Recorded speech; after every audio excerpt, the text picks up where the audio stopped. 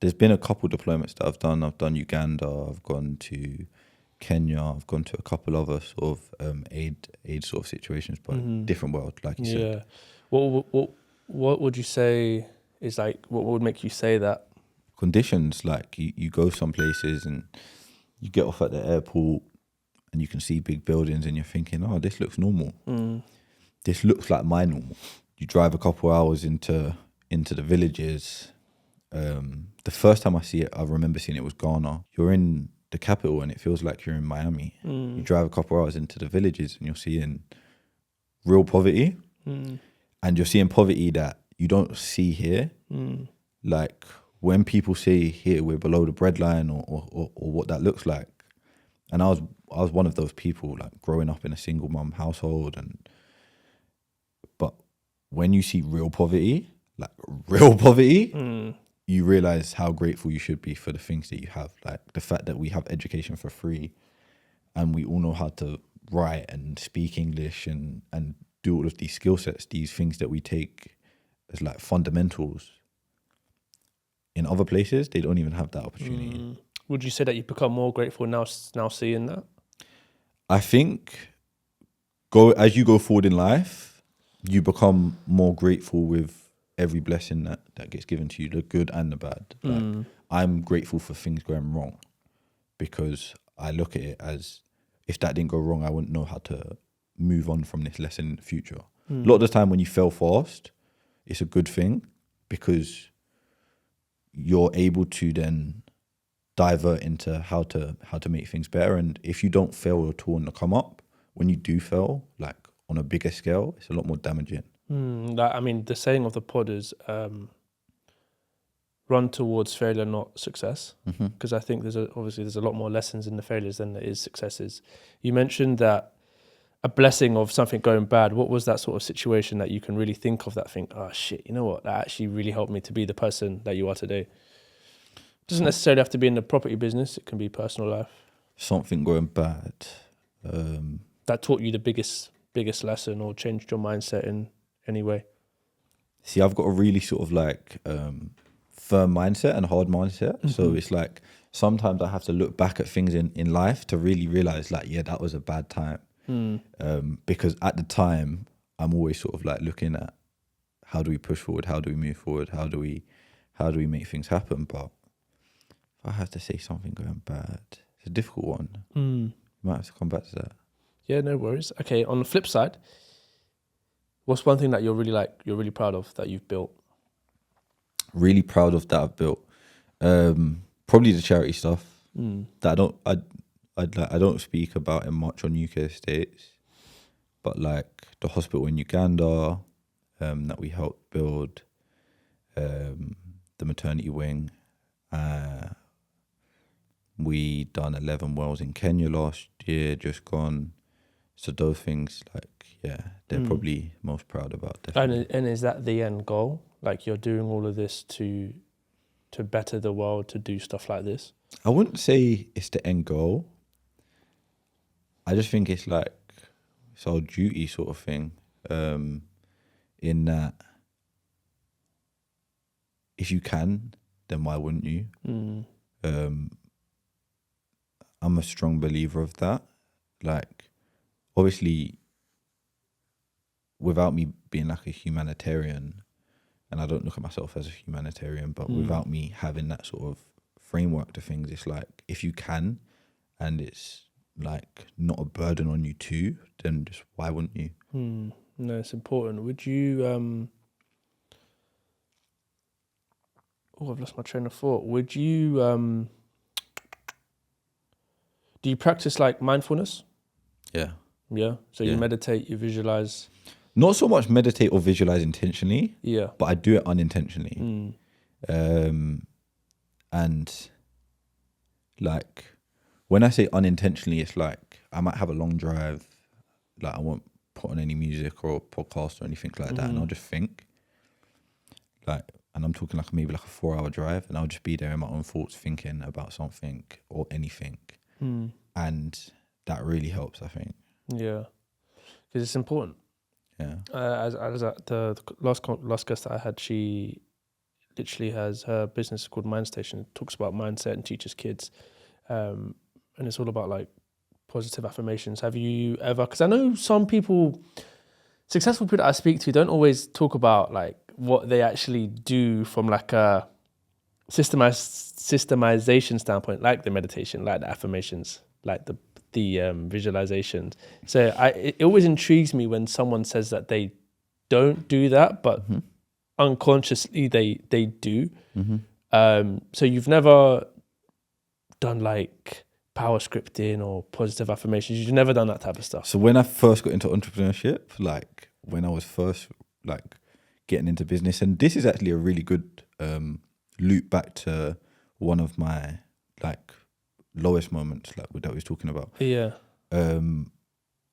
I done a lot of sort of like Jim Rohn, like Andrew Carnegie, and like How to Grow Rich, and all of these sort of things. And that was when I first got into sort of like mindset, and not necessarily write down your dreams and write down your goals, but I was very aware of it. And I remember this was when UK States was like first starting, and I remember like at one point it was like I invested everything into UK States, sort of taking off. And I remember there was one point I was sitting in my car and I went to a petrol station and my card declined. And I was in the petrol station and I was like, wow, like, and this was coming from a corporate background, like from being somewhat like okay from literally the day I left school, selling sweets in school, so always having money. And I remember sitting there thinking like, the 14-year-old me would have been able to pay for this. Like, what's going on? Yeah. And that was when I sort of like really firmed down and said like, yeah, let me.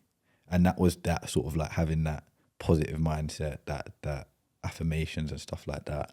That was during that time there. And I said, yeah, let me double down on things now and make this work. I guess the question I asked you before, the biggest lessons / challenge. In that instance, when you went to that petrol station, you couldn't pay for it. Like, surely there was a lesson there that you took from that situation, right?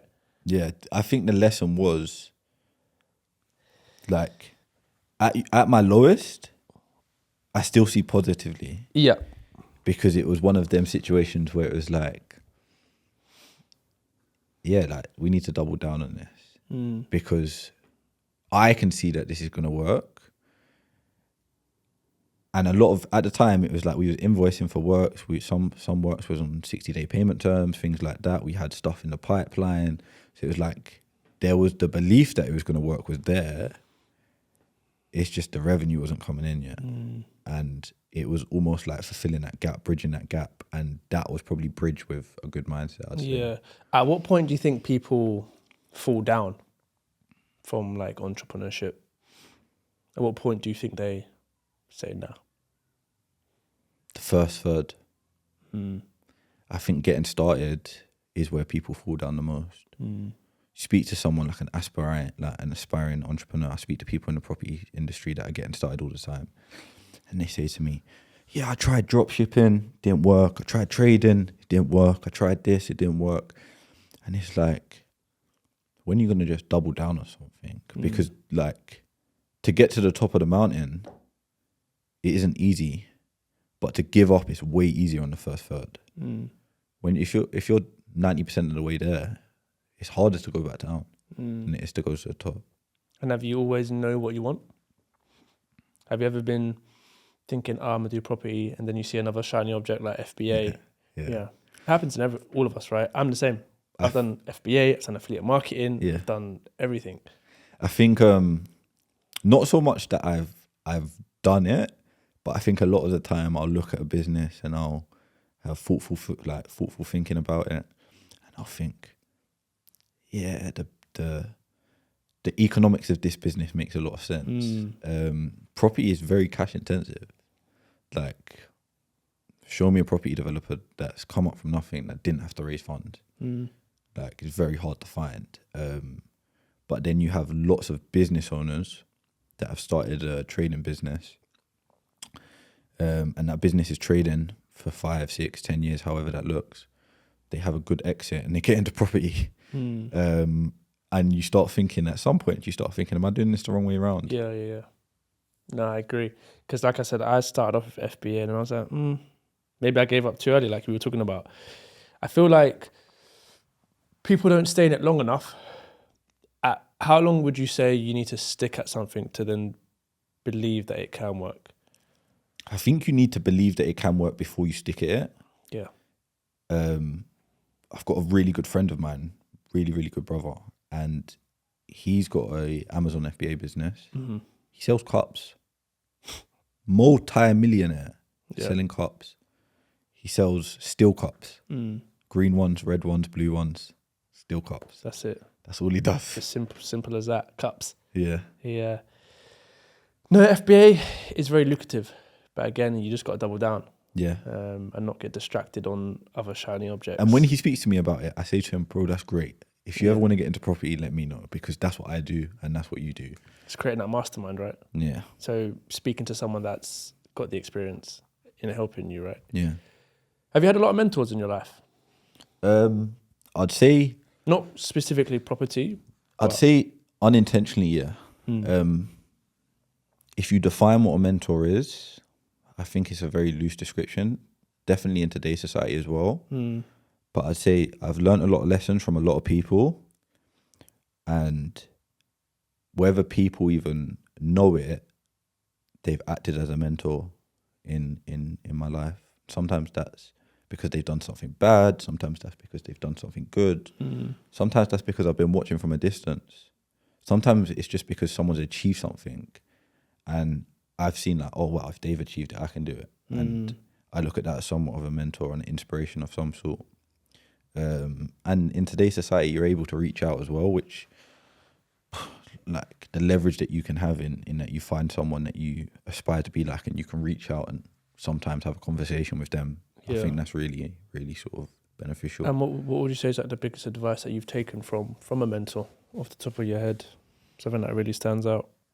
The biggest advice I've taken from a mentor? Or biggest lesson, advice, lesson? I think it's... I wouldn't actually be able to pin it down to one, if I'm honest. In fact, I would. Provide value. Provide value. And that isn't from a mentor. That's just from mentors providing value, I think. The reason why I like people, or the reason why I can resonate with people or aspire to be like someone, is because they somewhat provided value along the way. Without them providing that value, I probably would never know who they are. And whether that's like, for instance, like any business that you can think about that you know who the founder is, they've provided value along the way. So I think providing value is the most important thing, and I think people downplay that a lot. And do you feel like you can provide value not running a business, if that makes sense? Yeah. And if so, how? Like just being a friend, for example. Yeah, like how could you add value to a friendship? Being there for someone. Being there for someone in the darkest times. A lot of friends that I have, we've been there for each other in dark times, good times. And it's like some of my friends I don't speak to in a very long time. And when you speak to them, it's always love, because you know that just because I'm not speaking to you every day, it's like there's still love there. We've been through a lot together and things like that. So just being there for someone, I think. So one thing I like to do is accountability, right? And this kind of goes back to the whole mindfulness stuff.